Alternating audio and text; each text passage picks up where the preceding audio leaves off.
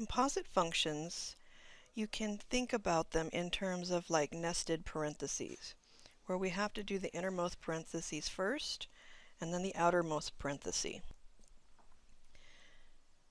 So in this example, we have two defined functions. We have f of x equals x squared. We have g of x equals x minus 3. F of g of x means to evaluate the g of x function first, and then take your answer and use in the function f of x. So in this example, I will first replace g of x with x minus 3, because that is what it states that it's equal to up here in the upper corner.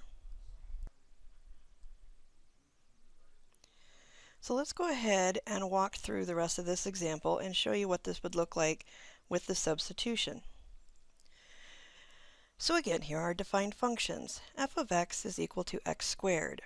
G of x, which I've labeled in blue, is equal to x minus 3.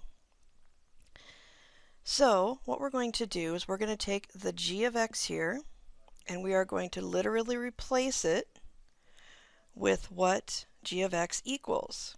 So I'm carrying over my f of and putting it here, and this is going to be replaced with the value of g of x, which simply means I'm going to take the x minus 3 and place it inside of the parentheses. So now our next step is going to be taking the x minus 3 and putting it into f of x. So again, we start out with the function f of x equals x squared. So what I've recommended is that when you write out your function, where the x is in the function, you write a parenthesis so that we know that we have something is going to be squared. So let's take that information. We know that we're going to put what g of x equals into that box. So since we replaced g of x with x minus 3, our function will look like this. F of x minus 3, this is the argument that's going to go into the parenthesis. So x minus 3 simply goes inside the parenthesis. And now we can evaluate and simplify the right side, x minus 3 squared, which will get us x squared minus 6x plus 9.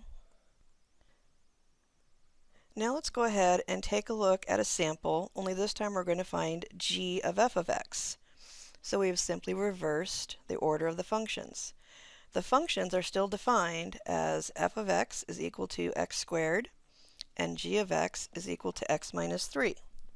And remember, no matter what letter we use, f of x is simply another notation for saying y equals x squared and g of x saying y equals x minus 3. So I'm going to start here by taking the f of x and finding out what it equals. It equals x squared.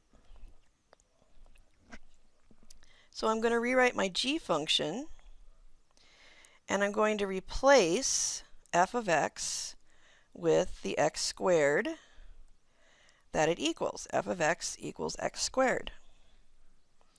So now I have g of x squared. So let's take the g function.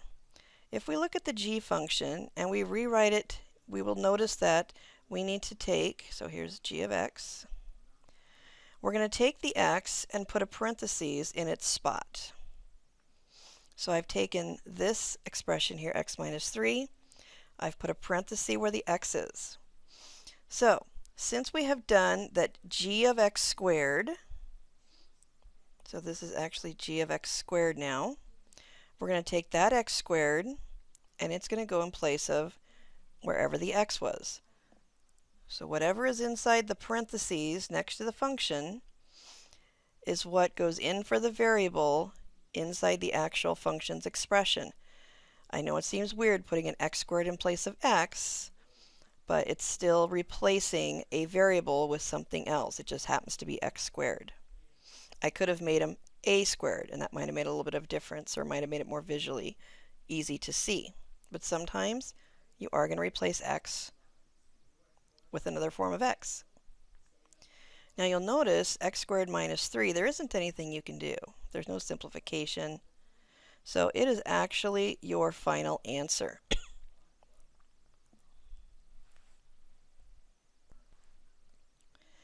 Now we're going to continue with the same two defined functions, but now we're going to do composite functions, where instead of replacing the variable with a letter, we're replacing it with a number.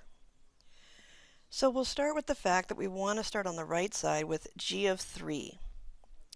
So we go to our g function. G of x is equal to x minus 3. So we're going to take and evaluate what g of 3 would be. So again, let me rewrite g of 3. And if I bring down the x minus 3, I'm going to actually put a parenthesis in place of the x.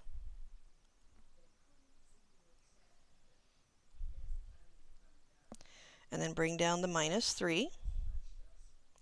So whatever's in this parenthesis here moves over into this parenthesis. So g of 3, 3 minus 3 is 0. So g of 3 equals 0. So now we're going to take the g of 3 in the equation here and replace it with 0. So now we are down to f of 0, and that is defined as x squared. So I will take that, f of 0, put a parenthesis in place of x, so it's going to be x squared. So whatever's in the parentheses goes in this parenthesis, 0 and 0 squared.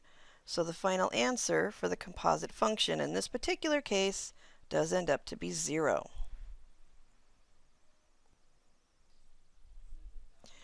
So let's continue that sample with numbers. We'll use the same two defined functions, but this time we're going to do g of f of 5. So again, we want to start on the right. We're going to start by focusing in on the f of 5 function. So I'm going to start with f of x equals x squared. So f of x, or f of 5 in this example, is equal to x squared. Where the x is in the expression, I'm going to put parentheses, so something squared. What's in this spot here is going to go inside this parenthesis. So that means that f of 5 becomes 25. So now I can replace the f of 5 in my g function with 25. So let's go ahead now and focus on the g. So over here now I have g of, and the f of 5 is being replaced with its answer of 25. So we're looking for g of 25. Well, the expression is x minus 3. So g of 25, I'm going to put the parenthesis where the x is, minus 3. And what's in this parenthesis replaces the x in that parenthesis. So we're going to take out the x, and we're going to replace it with 25. So g of 25 comes out to be 22. So our final answer for g of f of 5 is 22. This last example is going to just show you what could happen if you do have to do a composite of the same function. We're still using the same defined functions of f of x equals x squared and g of x equals x minus 3. So again, we're going to start on the right side and start with f of negative 2. So the function f of x, we're going to do f of negative 2. It's still equal to x squared, but you're going to put a parenthesis where the x is. And so you take what's in here, which is negative 2, and replace it in the expression. So f of negative 2 comes out to be negative 2 squared, or 4. So now I have that answer. And so 4 is going to be replaced into where f of negative 2 was. So our new expression is f of 4. And that's still x squared.